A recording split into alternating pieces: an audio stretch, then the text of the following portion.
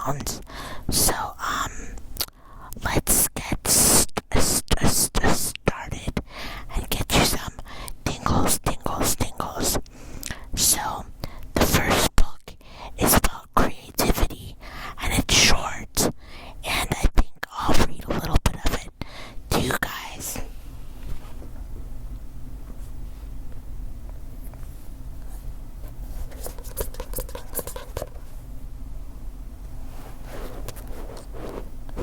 It's Show Your Work by Austin Kleon. And it's about, as I said, creativity, and it's a cute little happy book.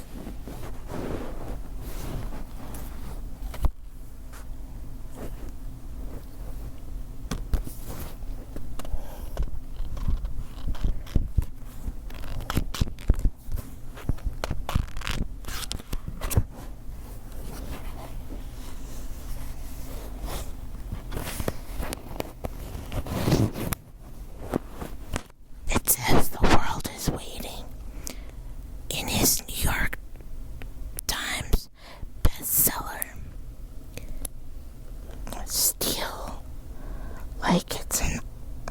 Steal like an artist, Austin Kleon gave readers the key to unlock creativity. Now comes the next step in the journey, how to get known. Show Your Work puts an end to the destructive myth of the lone genius by showing artists, writers, makers, and creative entrepreneurs how to join the genius by sharing their talent and creativity.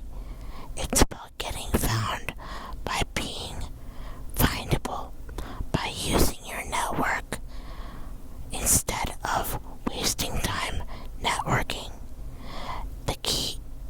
The key is process, not product. Share something every day, but don't turn into human spam. Keep an amateur mind where the possibilities are limitless. Be a connector, a teacher, an open node. Don't hoard. In 10 vital new principles, Show Your Work shows that you have to be open, generous, brave, an artist that other artists will steal from.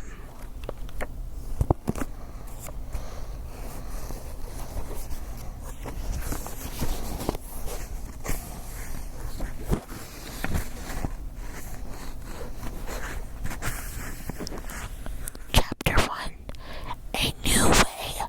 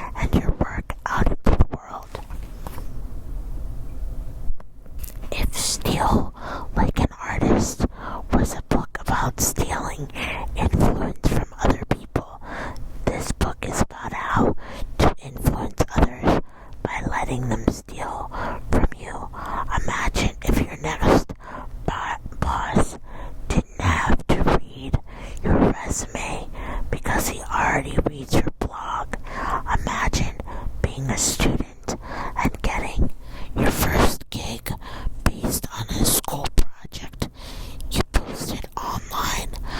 Imagine losing your job but having a social network of people familiar with your work and ready to help you find a new one.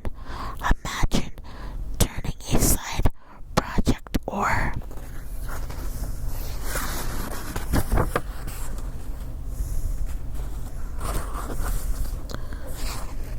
crafting something is a long, uncertain process.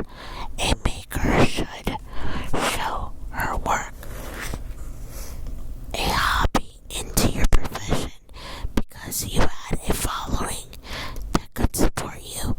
Imagine something simpler and just as satisfying, spending the majority of your time, energy, and attention practicing a craft, learning a trade, or running a business while allowing for the possibilities that your work might attract a group of people who share your interest. All you have to do is show your work.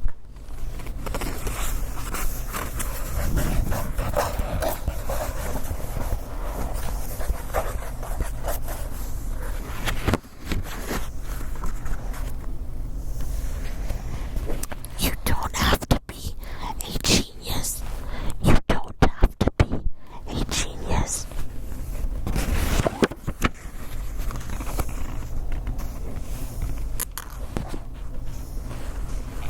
Give what you have to someone.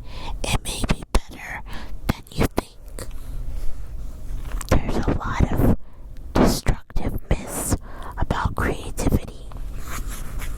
One of the most dangerous is the lone genius myth.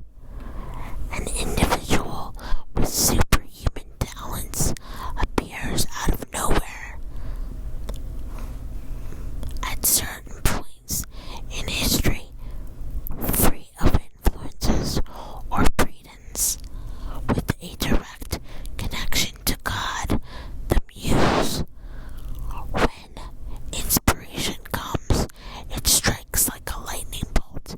A lightning bulb switches on in his head and then spends the rest of his time tooling around in his studio, shaping the idea into a finished masterpiece. Then he releases it into the world to great fanfare. If you believe in the lone genius myth, creativity is an antisocial act performed by only a few great figures, mostly dead men with names like Mozart, Einstein, or Picasso. The rest of us are left to stand around and gawk in awe at their achievements. There is a healthier way of thinking about creativity that the musician Brian Eno refers to. Under this model, great ideas are often birthed by a group of creative individual artists, curators, thinkers, theorists, and other.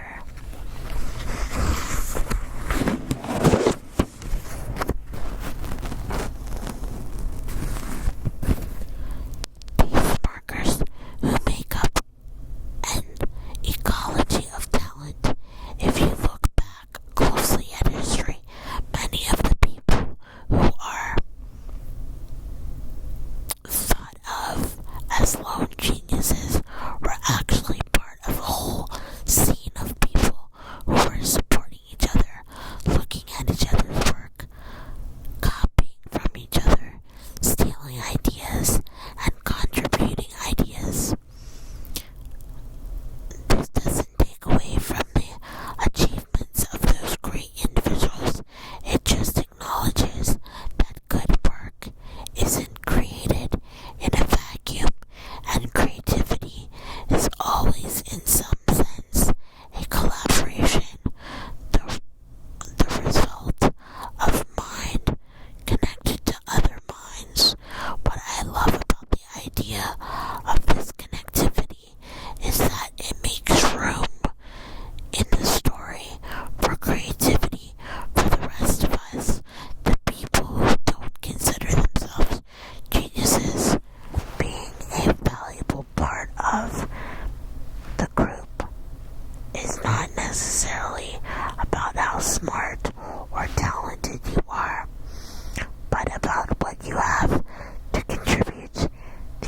ideas you share, the quality of the connections you make, and the conversations you start.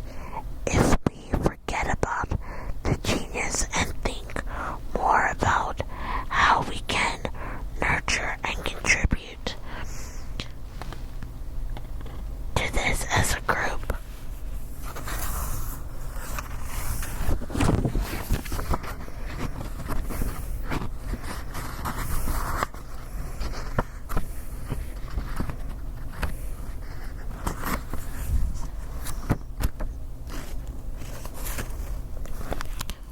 We can adjust our own expectations and the expectations of the worlds we want to accept us.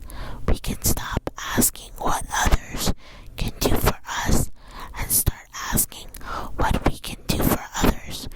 We live in an age when it is easier than ever to join a group. The internet is basically a bunch of people connected together, divorced from physical geography.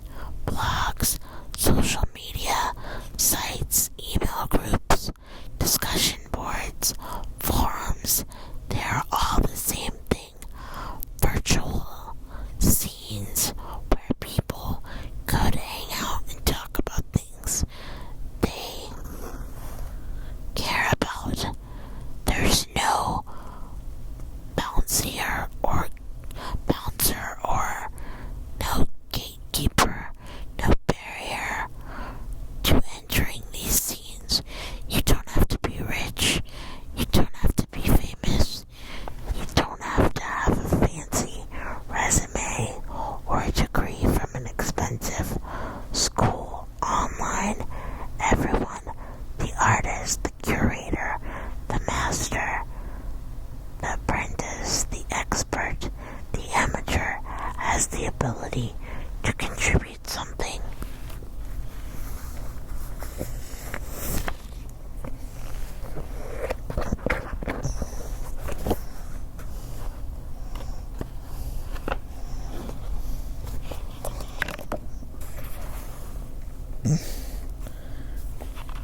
Mediocre and the good is fast. Mediocre is, however, still on the spectrum. You can move from mediocre to good in increments. The real gap is between doing nothing and doing something.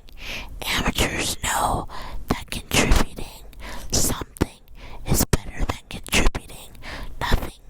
Amateurs might lack formal training, but they're all lifelong learners, and they make a point of learning in the open so others can learn from their failures and successes. Writer David Foster Wallace said that he thought good nonfiction was a chance to watch somebody reasonably bright, but also reasonably average, pay far closer attention, and think at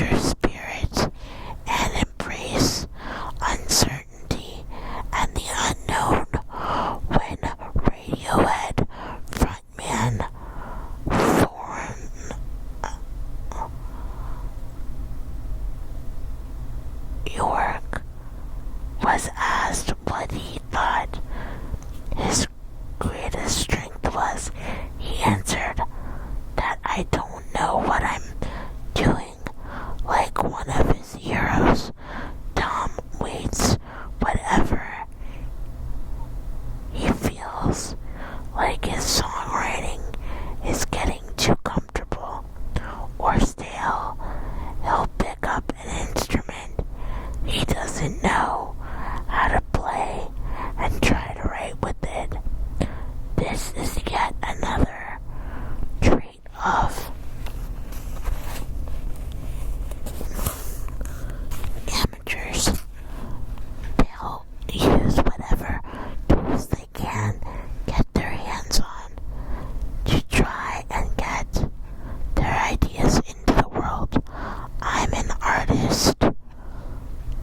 Man, said John Lennon, give me a tuba and I'll get you something out of it.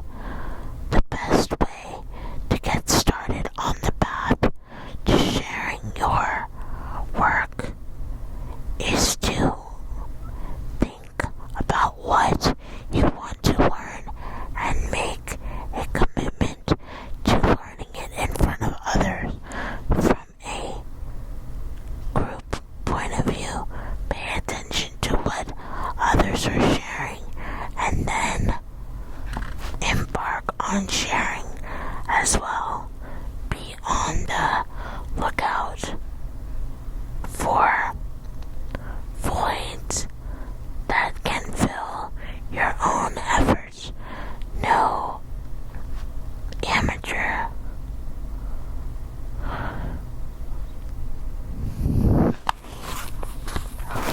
no matter how bad they are at first, don't worry for now about how I'll make money or a career of it. Forget about being an expert or a professional and wear your enthusiasm.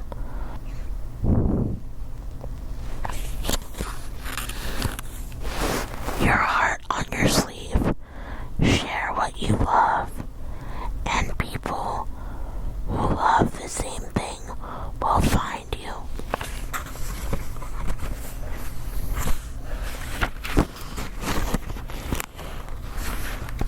That's the first chapter. If you want me to keep reading this, just let me know in the comments. But this is a really cool book, as you can tell, and I'm going to show you some of the other ones I have.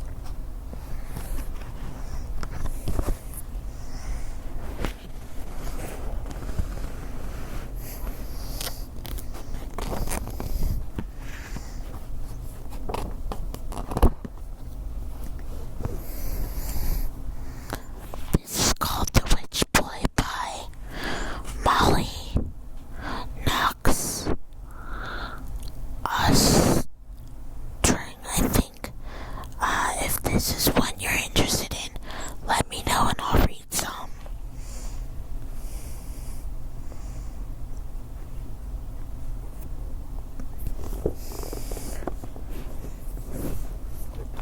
This was also recommended. It's about a young girl, I believe, who has trouble making friends, and she makes friends with a ghost in the laundromat. I think I haven't read this yet. It says, for days after reading this book, I've been wondering, my neighborhood haunted, enchanted, and in need of freshly pressed clothing.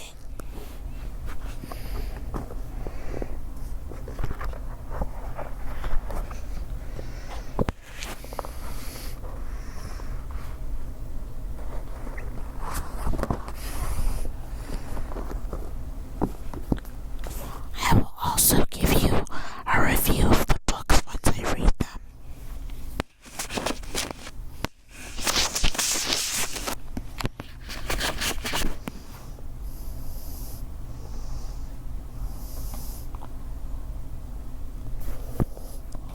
The author that recommended this said everyone that likes a graphic novel should read this book. So that's why I got this book.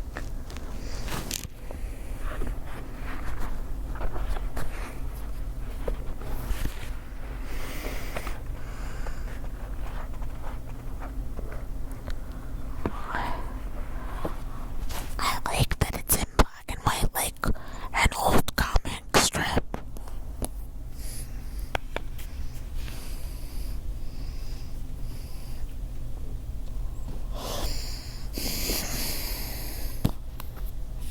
This is about two young girls that fall in love, and one of the girls doesn't treat the other one well. So the girl that's not being treated well learns to love herself. It's a pretty cool book, and it's called Laura Dean Keeps Breaking Up With Me.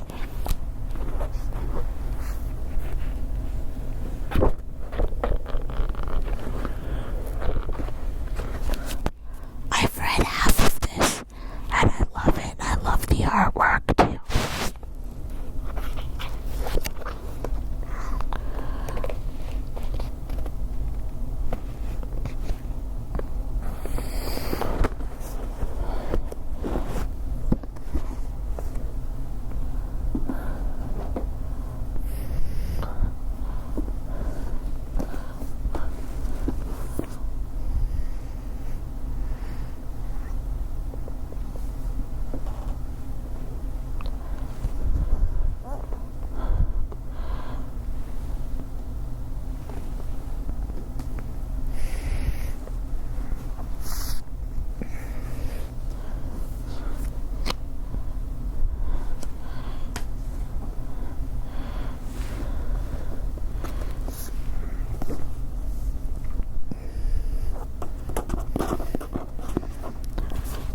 Very excited to read all of these because they've all gotten great reviews.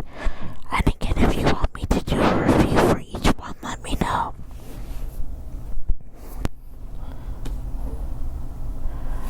And if you want me to continue reading, show your work about creativity, let me know and I'll read the next chapter.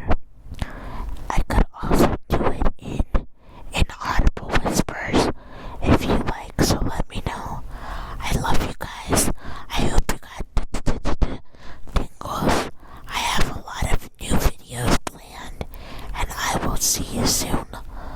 Good night, good night, good night, good night, good night. I've also joined TikTok for some fun TikTok videos. I'm gonna add little short ASMR videos, but right now it's mostly music and voiceovers. But my TikTok is at the @ and then M as in my first name, so M, H as in Henry, E as in Edward, V as in Victor, E as in Edward, N as in Nancy, O as in Oscar, R as in Rose, at M Hefner. So I